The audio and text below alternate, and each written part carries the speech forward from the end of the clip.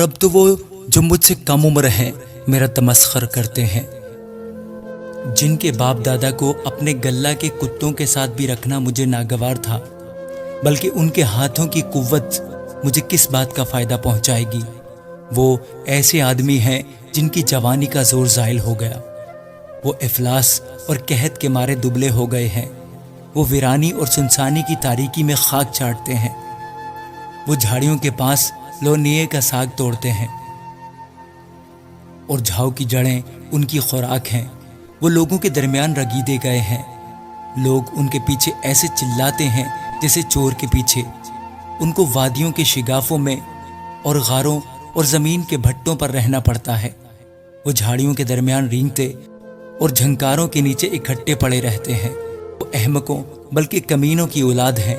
وہ ملک سے مار مار کر نکالے گئے تھے اور اب میں ان کا گیت بنا ہوں، بلکہ ان کے لیے ضرب المثل ہوں۔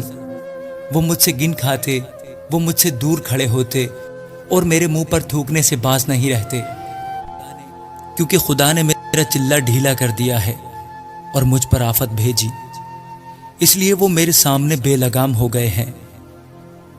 میرے دہنے ہاتھ پر لوگوں کا ہجوم اٹھتا ہے، وہ میرے پاؤں کو ایک طرف سرکا دیتے ہیں اور میرے خلاف اپنی مہلک راہیں نکالتے ہیں۔ ایسے لوگ بھی جن کا کوئی مددگار نہیں میرے راستوں کو بگاڑتے اور میری مصیبت کو بڑھاتے ہیں۔ وہ گویا بڑے رخنا میں سے ہو کر آتے ہیں اور تباہی میں مجھ پر ٹوٹ پڑتے ہیں۔ دہشت مجھ پر طاری ہو گئی، وہ ہوا کی طرح میری آبرو کو اڑاتی ہے، میری عافیت بادل کی طرح جاتی رہی۔ اب تو میری جان میرے اندر گداز ہو گئی، دکھ کے دنوں نے مجھے جکڑ لیا ہے۔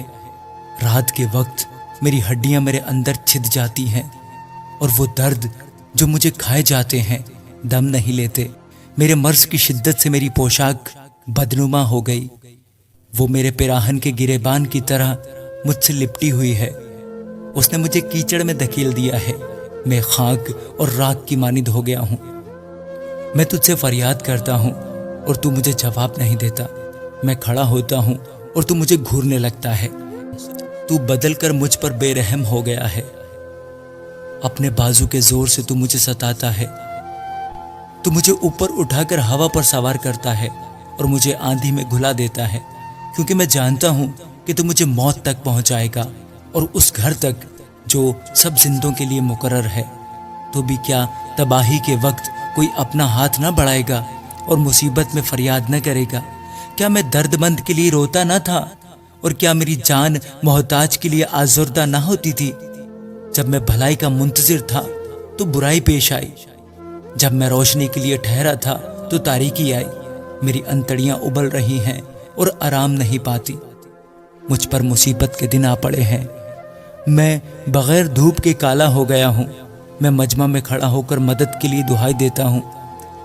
میں گیدڑوں کا بھائی اور شتر مرغوں کا ساتھی ہوں۔